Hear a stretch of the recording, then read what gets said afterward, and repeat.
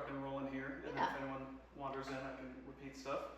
Most of you know me, but if you don't, my name's Jeff Haylon. I'm the Democratic nominee, officially, for state rep here in Brandon and Forestdale. Tonight is the first of a few community conversations we're going to do about specific issue areas that are very important to a lot of people from what I'm hearing when I'm talking to folks at the doors or on the phone, anything like that. Healthcare is the big one. I get this all the time. It affects literally everybody, especially in a state with an aging population. It's a evergreen concern. I am not a healthcare policy expert. I am a policy analyst by nature. What I do is I read policies and I determine what value they bring to the community. So this is by no means an exhaustive conversation. I'm not a medical provider myself, so I don't want to pretend like I'm coming from that angle. But what I have here is a very short PowerPoint where I'm going to get some kind of top line stuff out of the way, and then we'll open it up to an informal conversation. We can see what ideas or questions you all might have and what I might be able to do to help. Without any further ado, here is, in very brief terms, where we are right now. Vermont's healthcare costs are among the highest in the country. The average expenditure, including both public funds and private spending, is $12.7 thousand per year per capita, which is an absolutely enormous amount. Depending on how exactly you measure it, Maine and New Hampshire are both up there with us, and New York's a little bit higher, but we're right up in the top 5, which is not a position you want to be in. We have an aging population. Again, Maine and New Hampshire edges out slightly, but we have a median age of 43. The United States median age is about 37, so we're well ahead of that. We have a huge lack of providers and long wait times. According to the Vermont Medical Society, the state needs about 115 more full-time primary care providers, and that's physicians or nurse practitioners, or other folks who are qualified to do that sort of thing. But we're about 115 shy in the state. So when you think about how long the wait times are to get your average physical, if you get to see a new doctor, my old doctor just retired, and it was 8 months before I could even get a new appointment with someone. And so that is a huge part of the problem, that no matter what we want to do, we need more providers here, and we need to figure out how to incentivize that. There's a limited choice and limited competition in insurance providers. We essentially have two, forming kind of a duopoly, so they are not necessarily incentivized capitalistically to make things cheaper or better for us. And then the health insurance costs are the main drivers of property tax increases, both for municipal and education funding. Cecil and I well know we were in really good shape with our municipal budget this past year. We were looking, we're going to actually decrease the budget, it's going to be fantastic, and then the health insurance numbers come in. And we still did a pretty decent job with what we had, but it took all of the gains we'd made through careful budgeting and careful spending and eliminating unnecessary things and just wipe those out. And the increase this year wasn't even as bad as the one the previous year. Something like a 13% increase last year and a 4 or 5% increase this year. And there's no real signs that that's going to stop anytime soon. As if those weren't enough challenges. Right now, the Scott administration has been in power for almost 10 years. As a candidate, it is difficult for me to go against the most popular governor in the United States, but on healthcare specifically, I think they've been pretty underwhelming. Until the past year or so, the Scott administration did almost nothing related to healthcare, didn't weigh in on it, didn't participate much in that process. Has vetoed several bills that would have eased healthcare-related property tax costs. And I think the most egregious and the most recent of these is S-190, which was a bipartisan supported bill that the Scott administration actually participated in the creation of. It had a lot of areas, but the main thrust of it was to set maximum costs for certain procedures at hospitals, notably UVM. You may have heard the statistic that MRIs at UVM cost thousands of dollars more than, for instance, in Rutland or other hospitals. That's because UVM is this 800-pound gorilla of a hospital system that can kind of do whatever it wants in relation to healthcare costs. And Phil Scott vetoed it, and then 2 weeks later issued an executive order that's completely unenforceable that does kind of the same thing. But it has no legislative teeth behind it, and here we are. We have medical centers closing in the state. One of the ones you may have heard about is the Brattleboro Birthing Center, which was considered the main maternity hub in that area of the state. And with that closing, families in Brattleboro have no choice but to go to, I guess, Dartmouth or somewhere in Massachusetts. So not only are we losing convenient access to healthcare, any revenues generated from that are now going to different states and different medical systems. The Wyman report was a I think, a very exhaustive report that the Green Mountain Care Board did on which hospitals are important, which ones conceivably could be refined or changed into more general or more specific specialties. The legislature gave the Scott administration $3 million to implement the recommendations of the Wyman report. Nothing has been done with it. And we don't know where that $3 million is. I was talking to a current representative who is actively trying to figure out where that $3 million has gotten off to. Because if it's not being used for the legislative purpose, well, we should get it back. Broadly speaking, every time I talk to anyone about healthcare, they are always very wary of any sort of change to the status quo, even if we all agree that the status quo is pretty universally bad. There's always going to be some pushback, and there's always some fear of, well, if we're not doing what we're doing now, which is terrible, but at least we sort of understand, what's the next thing? We'll talk about some options. And as always with any industry in Vermont, workforce retention is a major problem. Doctors aren't paid enough anywhere, especially starting out. The residency system and the internship system is really rough on young doctors, and Vermont's a pretty expensive place to live, and it's very hard for them to survive here. When I was in the hospital a couple years ago, I was talking to a young surgical resident who was extraordinarily nice, extraordinarily professional, but you could tell he was spending a lot of time thinking just about how he was going to get his next meal. And that's not the person you want to be doing your medical care. You want them to be confident in where they're at and to be focusing on the job. Moving right along. Something you hear about a lot is the Green Mountain Care Board. This is a weird thing that pretty much only exists in Vermont. Normally, the tasks of healthcare administration from a government perspective are delegated between a bunch of different state agencies and local groups and all these things. Back in 2011, as part of Act 48, which was sort of Vermont's follow-up to Obamacare, the Green Mountain Care Board was created. And the idea was it would consolidate all of these healthcare-related bureaucracies into one centralized board that is nonpartisan, or bipartisan, I should say, and independent. In theory, it was designed to increase access to healthcare, ensure transparency, and control costs. It has done some of those things, but in practice, its major focus is on hospital budgets, particularly UVM's budget, major expenses, and the rates of insurance. Now, those things are related to access to healthcare, transparency, and controlling costs, but they're hardly the whole picture. Part of the Green Mountain Care Board's original goal was to create universal healthcare in the state. And during the Haylon administration, when that whole idea was kind of considered a non-starter, the Green Mountain Care Board still existed, but then didn't have its initial purpose to fulfill. So it feels like it's been existing in a strange gray area ever since. I have personally heard a lot of criticisms of the GMCB. Major one is that UVM has kind of become this huge force and kind of swallowed or outcompeted a bunch of other smaller hospitals.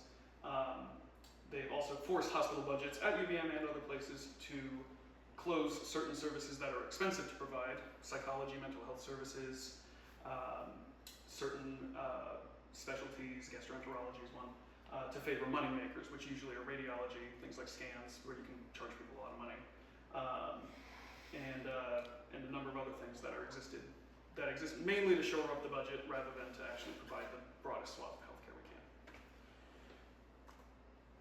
Options going forward. Not at all an exhaustive list. There are plenty of other things we can consider. Universal healthcare is what I believe is the, if not the solution, at least a major part of the solution to healthcare costs, both in the state and in this country. In my ideal world, the federal government would be the one pursuing this, but they don't seem likely to be moving on that anytime soon, so that leaves us to act as a state. There's a bipartisan bill. It started in the last legislative session, but then turned into sort of more of a goal of a legislative intent. And it's planned to be developed next session as a universal primary care as the starting point, which itself would be a major step in terms of reducing the amount of ER visits, reducing the amount of hospitalizations. If think of how many heart attacks don't happen if people are getting checkups every year that currently are. There is a movement for a 1332 waiver, which is otherwise known as a state innovation waiver. It's part of Obamacare, ACA, which currently, under the Scott administration, the state has been using for something called reinsurance, which is essentially insuring insurers against bad outcomes, which to me seems very goofy and not particularly consumer friendly. The basic health plan would essentially be a not quite single payer, but folks would pay government directly and then get a kind of basic standard of health care without having to pay monthly premiums akin to insurance. The potential for that right now, financial analysis suggests that the reinsurance scheme right now is costing us, just one second, costing us $20 million a year. Potentially, the basic health plan could net the state another $10 million in revenue. So we could be looking at a $30 million uptick in state revenue overall. I just said a lot. Lisa, you have a question? All right, so does any state have this yet? This particular plan, I'm not aware of any other state having, but it's possible that it's in the works somewhere. Okay. I don't know for sure. Telemedicine is an area that Vermont could do a lot more work in, I think. When I worked down in Texas, telemedicine was always one of the major thrusts in healthcare access, and it's one of the things that Texas actually does very well. I'll give them a lot of credit.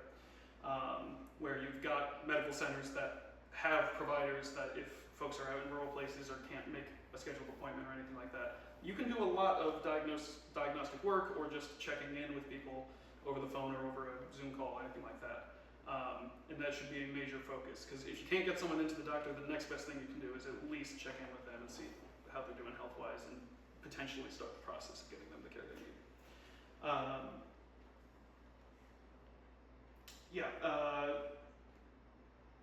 think that might be holdover bullet point. Yeah.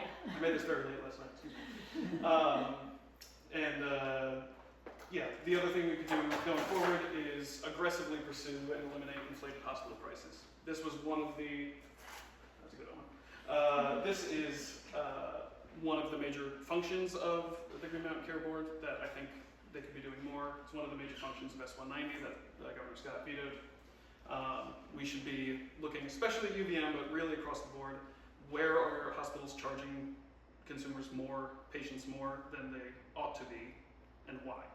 Sometimes it's to fill holes in their budget, sometimes it's to make more money. But however that happens, it should not fall on the burden of the taxpayer or the patient to be making up their shortfalls. More on universal health care. Talked about this bill that's likely to be developed next session. Vermont spends as a state, both publicly and privately, over $11 billion a year. Less than 10% of that goes towards primary care. There's a lot of discussion about, well, if we're putting more into primary care, potentially we can reallocate some over time from other streams of funds, such that primary care is getting a much larger wedge of that pie. And part of the thing is that, in theory, will support itself, because as you get better primary care, you have less emergency care necessity, you have less cardiac necessity, you have less all of these other things that come in part because people are not getting the kind of maintenance that they need over time. Comprehensive primary care saves money in the long run. It reduces strains, particularly on emergency rooms. Has anyone here been to the ER in the past couple of years in Vermont? How long do you have to wait?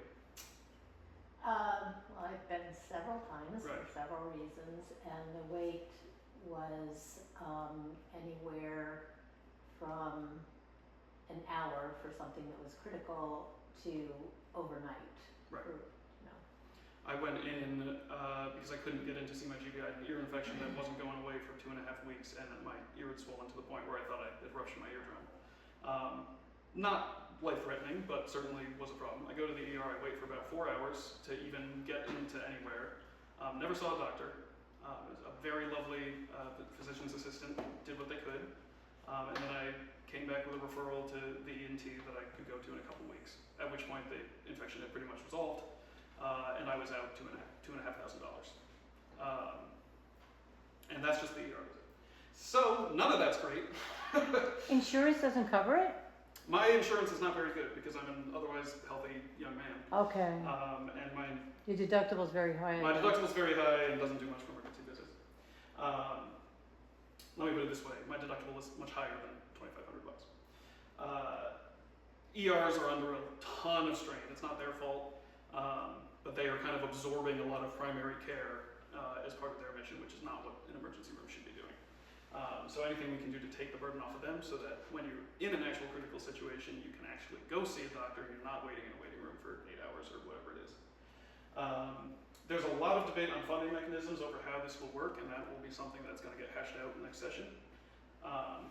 Some people are arguing for global payments, which I think are sort of administratively more complicated than they need to be. Global payment would be everyone pays the state a certain amount, and then the state will pay providers back for whatever service is rendered. I personally think direct payments to the providers is the best way to go. You go see a doctor, you pay the doctor for the services rendered, you move on with your day, just like any other business in the world. Single payer, long term, I think is the even better situation, which is we all pay a portion of our income tax as part of funding universal health care. The state then covers the cost of health care, and no money is exchanged as a transaction as part of your medical care. Obviously, I'm not saying that that will be a free or cheap way to go, but it is something that we need to consider. What I always say to people is, I said, I don't care if you call it a deductible or a copay or a premium or whatever. If it's money coming out of my pocket, I'd like it to be less. And if it's in the form of taxes and it's less money, fine. If it's in the form of lower premiums, fine. But let's get that dollar value down. All of that is going to require finding ways to build our primary care workforce. There's a few proposals about this, nothing concrete that I've seen yet in terms of incentivizing using property tax incentives or income tax incentives for primary care doctors. I think attracting more medical students here should be part of that equation too. A lot of students choose to go into residency where they've completed their degree because they're familiar with it. It's an area they clearly have some experience in. But this is something that is going to require a lot of stakeholder input, talking to a lot of the existing providers, making sure we have a comprehensive idea of how we can shore up that shortfall. Because if we're providing universal care, we need to be able to provide universal care. Yes, Liz? Don't they, some states offer to pay back the medical school loans? Yeah, that's certainly an option. I think it's a pretty straightforward option as far as, loan service. Always a good incentive. I also think medical school shouldn't be as expensive as it is, and maybe that's another way to start. But yeah, there's a million different incentives and a million different carrots we can use, but we have to be ready to employ as many of them as we can afford to. That is all I have as far as top lines go. Like I said, it was not exhaustive. If I missed anything, feel free to tell me. But happy to open it up to questions, comments, discussion. So I hear a lot of people talking about Medicaid for all. Yeah. Is that basically single payer healthcare? Effectively, yes. I mean, there's a couple quibbly points there. And I should say Medicare for all would be the closest thing to single payer healthcare that we have. And all that essentially means is deleting over 65 or 65 and over from the Medicare statute. The framework is already there, it requires scaling it up. And if we were to do federal single payer healthcare, that would be my preferred route. But again, the federal government does not seem particularly close to making that happen, and most of us, our wallets are bleeding. So we gotta figure something out in the meantime. How does this tie into Medicare? People who are on Medicare. Yeah, it would depend on how we move forward. Are you talking universal primary care or Either option. Yeah, And either option. I mean Medicare is still an expense of the state or of individuals, depending on which category of Medicare you fall into. Anything we can do to reduce the cost of healthcare and increase the access to healthcare is good for everybody, regardless of what system you're a part of. I'm not a Medicare myself, so I don't have quite as much in personal. Most of your constituents probably Yes, are. indeed. Yeah. I have a comment I'd like Sure. to make. Back in June, when I went to my primary care physician, she set me up for a bone density test at Mhm. one of the hospitals in Middlebury, as a matter of fact. So the next couple of days, I got a call from the hospital wanting to set up my appointment. This is June, remind you, this is Right. this past June. Right. And she said, well, we can set you up for October, and I'm thinking she meant the coming October of 2027.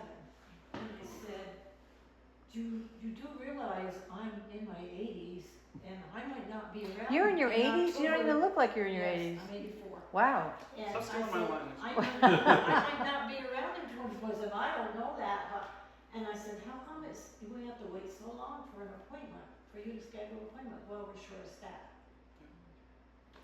It kind of all boils down to supply and demand, I right? had the exact Yeah. same experience. It's They called me in May and said they could see me in October of 2027. 2027. Yeah. The demand for healthcare, is, in particular in a state with an aging population, is extremely high. The supply is, if not critically low, bordering on critically low here in Vermont. You know, and this is, I've talked about primary care a lot, but it's certainly true in a lot of specialties as well. There's a few specialties that get a lot of attention in Vermont, but most of them are, you pretty much either have to go to Burlington and wait a year and a half, or you gotta go somewhere else. And that's not setting yourself up for It's success. so broken, I can't Agreed, believe it. agreed. The system is so broken. Yeah. So where do, I haven't seen them as much in Vermont, but I know in other states, the capitalist system being what it is, there are a lot of private urgent care, Yeah. private, like, Concierge. well, no, Oh. like Like Zoom community care. health. It's like an urgent care or that is owned by the doctor or doctor group. It's not related to a hospital, it's not related to your PCP. Right. But it's, you know, set up as if, like, for those people who can't get into their primary care physician, or they, you know, don't have a primary care physician, the ones who would otherwise be going to a hospital emergency room, instead they have these private Zoom cares, urgent Sure. cares. Do you see a role for them in Vermont, or is that, I don't know if Sure. they're actually bad for consumers or not. Well, I think any sort of for-profit healthcare is bad for consumers. But I think some healthcare, even if it's expensive, is better than no healthcare at all. So, you know, if there's a gap that needs to be filled and we can put a Band-Aid on it, I'm not saying that's a bad thing to do. I don't think it's necessarily part of the long-term vision I have for healthcare in the state. You know, I was talking to someone who had worked in health insurance for a long time, and he mentioned something that I didn't know, which is that the Green Mountain Care Board has not approved a new, what's called an ASC, Ambulatory Surgical Center, in, I think, certainly in years, maybe in its entire existence. And the idea of just more smaller healthcare units that can, you know, provide more immediate care to folks is something that we need to be looking into more as part of any system that we end up with. Making Something sure like, folks- like community health, that's part of it, but also where you can get actual procedures done other than, you know, kind of basic primary care type Right. things. Yeah, and just, you know, I think in Brandon we actually are one of the better set up towns in terms of having general healthcare providers, and relative proximity to the border in Rutland. But there's still a lot more gaps that can be filled, and make it the lower the barrier it is for folks to get healthcare, the more likely it is for them to actually go and get it, and then the less likely they are to have an emergency or catastrophe down the road. That ultimately is way more expensive for everyone. So what are the odds that something is going to pass in the next legislative session that's going to alleviate, or start to alleviate the problem? Well, that will depend a lot on how this election in November goes. Hard for me to speak to the odds when I don't know the composition of the legislature yet. If I end up winning, if folks like me end up winning, who are united in the idea that single payer or universal primary care is at least a huge part of the way forward, then I think there's a very real chance it passes the legislature. Whether or not the governor is on board depends on who the governor will be. If it's Governor Scott, I think that's going to be the big obstacle. I think if you can get something past the legislature, probably bipartisan. There's a lot of Republicans who actually do think universal health care is a good step. I've talked to them myself, but the governor has not given me any indication that he would support such a thing. So And it's my understanding that Amanda Janeau does support it. Amanda Janeau certainly does, and I think is one of her major policy planks. So, yes. If you get elected, are you gonna try to get on the healthcare commission? In all reality, I think the committee I'd be best suited to is education. Does a person just go into one? I mean, how does that work? It depends. Generally speaking, you're on one major one. Okay. But there's a lot of committees, and you know they might give you one of the kind of lower volume ones. And as it's well. kind of up to the committee on committees. It's up to the committee of committees, and it's up to the speaker. We will Yeah. also have a new speaker in the legislature Yeah. next year because Jill Kowinski is not running again. So if I'm elected, one of the first actions I'm going to be taking is casting a vote for a new speaker, and I have no idea how that's going to shake out yet. But also could very well determine the trajectory of all these things. Do you have your hand up? Yeah, I did want to ask, when the topic of single-payer healthcare comes up, or, you know, Medicare for all, universal healthcare, however, you know, it's described, one of the almost immediate criticisms is that it is a form of socialism. Mhm. How do you address that? So are roads. So are fire departments. Social Security. Yeah, Social Security. I mean, I think there are. It's a boogeyman, right? It's a easy buzzword to say, oh, that's socialist and we don't want it. It's communist, we don't like it. Whatever. I don't care what label it has on it. If it's a good idea that helps people, I think that's what we should be doing. I've pretty commonly rejected the idea of people putting certain political labels on me. I don't care to be called a progressive or a moderate or Democrat or whatever. I'm here to support the people of Brandon as best I can. And if the policies lean a little to the left, great. If they lean a little to the right and they're still a great idea, fine by me. And isn't the idea that if the amount that we might have to pay in taxes to create universal health care balances again how much we might save Yeah. in having to pay for-profit insurance companies? Yeah, there's a few things at play here, right? So again, we're paying $13,000 per person per year in Vermont for healthcare. And again, that's both public spending and what private individuals are paying for their insurance. That's a colossal amount of money in a state where the median income is about $60,000 a year. And again, that's unbalanced, and some people are going to be way more expensive. I was way more expensive, sorry. But there is clearly that is not a sustainable system. If we end up in a single payer situation, either with primary care or universal care entirely, I have to believe, and most analysis suggests, that the cost per person would go down pretty dramatically. Would your taxes go up? Possibly. But the amount of money that's coming out of your wallet would almost certainly go down. And I think at the end of the day, that's what people care more about. Right now, I pay the taxes I pay, and I pay my property taxes, and then I still have to pay $600 a month for my health insurance, which has a $9,000 deductible. So I'm just paying $600 a month. Oh, sorry. You're fine. I'm paying $600 a month just to be able to go to the doctor. And then every time I go to the doctor, it's another few $100s, few $1,000s, depending. Some of you know this, but I had brain surgery a few years ago. I had what's called an AVM, which is a cluster of blood vessels. It's not cancer, but it acts kind of like brain cancer. And nothing that I did, it wasn't a lifestyle thing, it was just something that happened to me. Weird, 1 in a million fluke.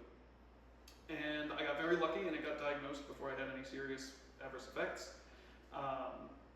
And I had the very scary situation of seeing the American healthcare system work very well, because when you're in that level of critical care, suddenly everything starts to work.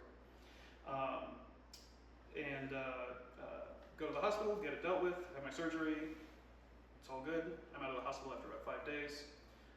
My insurance company sends me the bill. Without insurance, would have been almost $500,000. With insurance, I still had to pay my $9,000 deductible 2 times, plus a couple other fees, so it ended up being about $20,000 out of my wallet for something that would have killed me. That my choice was to either get that surgery or I would die probably within a year or 2. And I don't know how that can be allowed. I was lucky enough that it messed up my finances pretty good, but it didn't cause me to lose my house. A lot of people, that's gonna, put them under in a big way. And we should never have to make a financial choice about our health. And that's one of the guiding lights of my whole philosophy on any of this, is the fact that it's, you have a disincentive to get the medicine you need or the procedures you need because you can't afford it is unconscionable. I read somewhere that hospital bills were the leading cause of personal bankruptcies. That's correct. Yep. In the United States and in Vermont. And like I said, I came quite close. I came quite close to losing my house.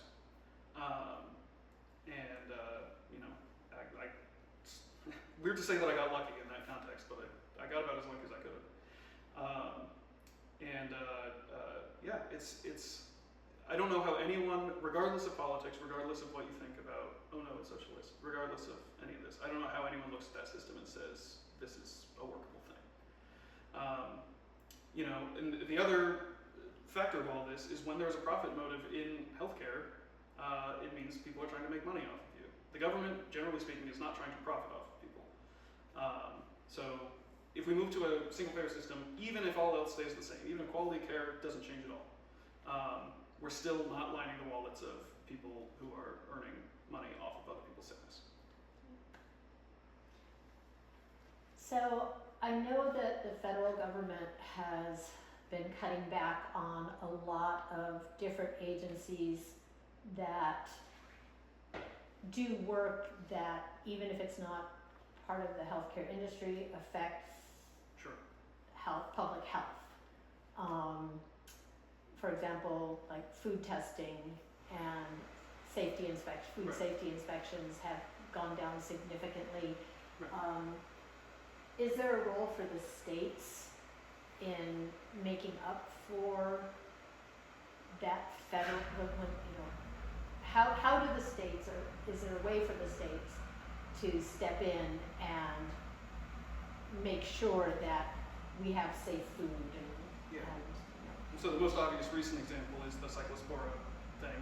If you've gotten lettuce and not washed it very carefully, you end up with people hospitalized for diarrhea, which does not sound very pleasant, and is also not something that should happen if you're buying lettuce at a grocery store. And that came as a direct result of federal budget cuts to food inspections. Whether or not there should be a role for states, I think there has to be a role for states in making up that shortfall. If the federal government isn't doing its job, then the states are the next line of defense for the person, for the individual.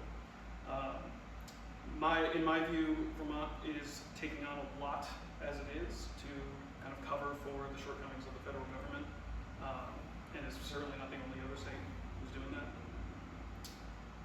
As far as food inspections go, I think that is something that we should pursue.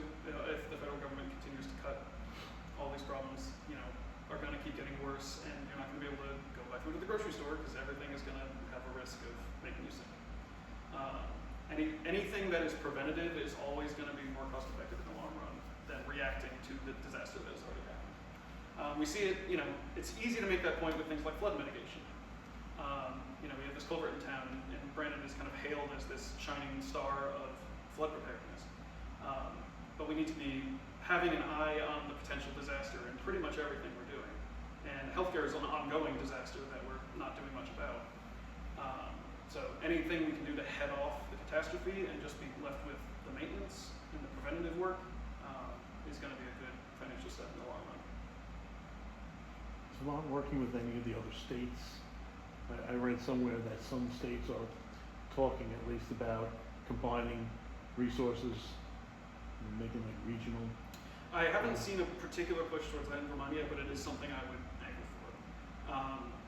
I do reject the argument that Vermont is too small of a state, too unpopulous a state to support a universal healthcare system.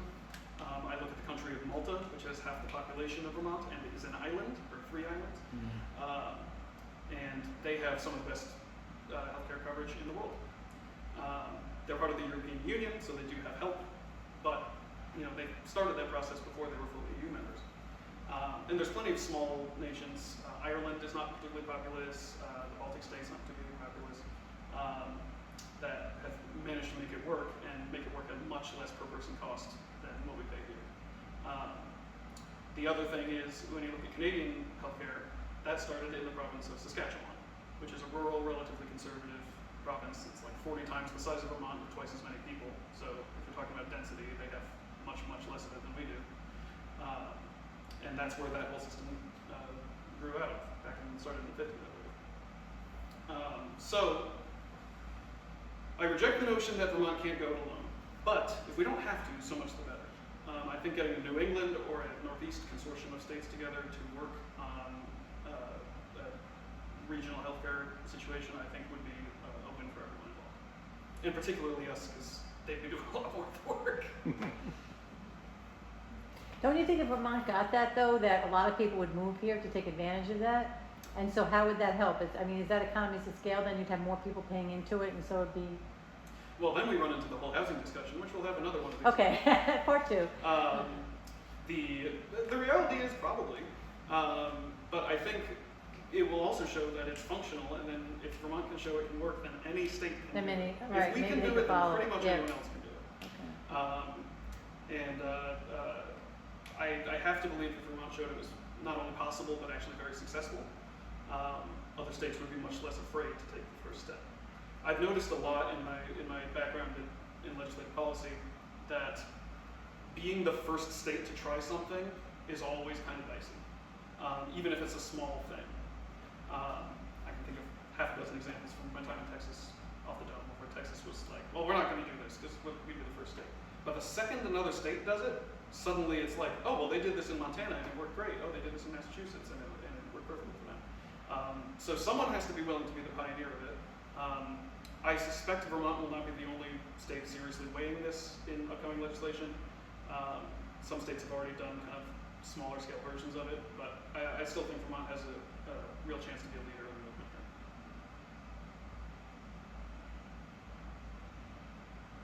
The states are all just kind of like the penguins with leopard seals. Right. They're all just waiting for the other one to make the first Waiting move. for the first penguin to That's exactly right. see if it gets eaten. That's exactly right. And frankly, it is risky to be the first one to try a bold new thing. And I don't want to leave anyone with the impression that I'm totally gung-ho that this is the perfect thing that will work on the first try. I think it will be hard. I think it will probably cost a fair bit of money. I think it will face any number of roadblocks that we have foreseen and haven't foreseen. But I also know that the current status quo is not acceptable. And it's still costing us an unbelievable amount of money and still giving us all these roadblocks. So I would much rather try something and have it not work as well as we like than do nothing and have it continue to bleed us dry. I've been fond of saying things are going to hurt no matter what. I would much rather that pain be growing pains and not death throes. Because right now we're looking at the death throes of the healthcare system. And should it collapse, then we're left with nothing. So I'd rather start getting the next thing going.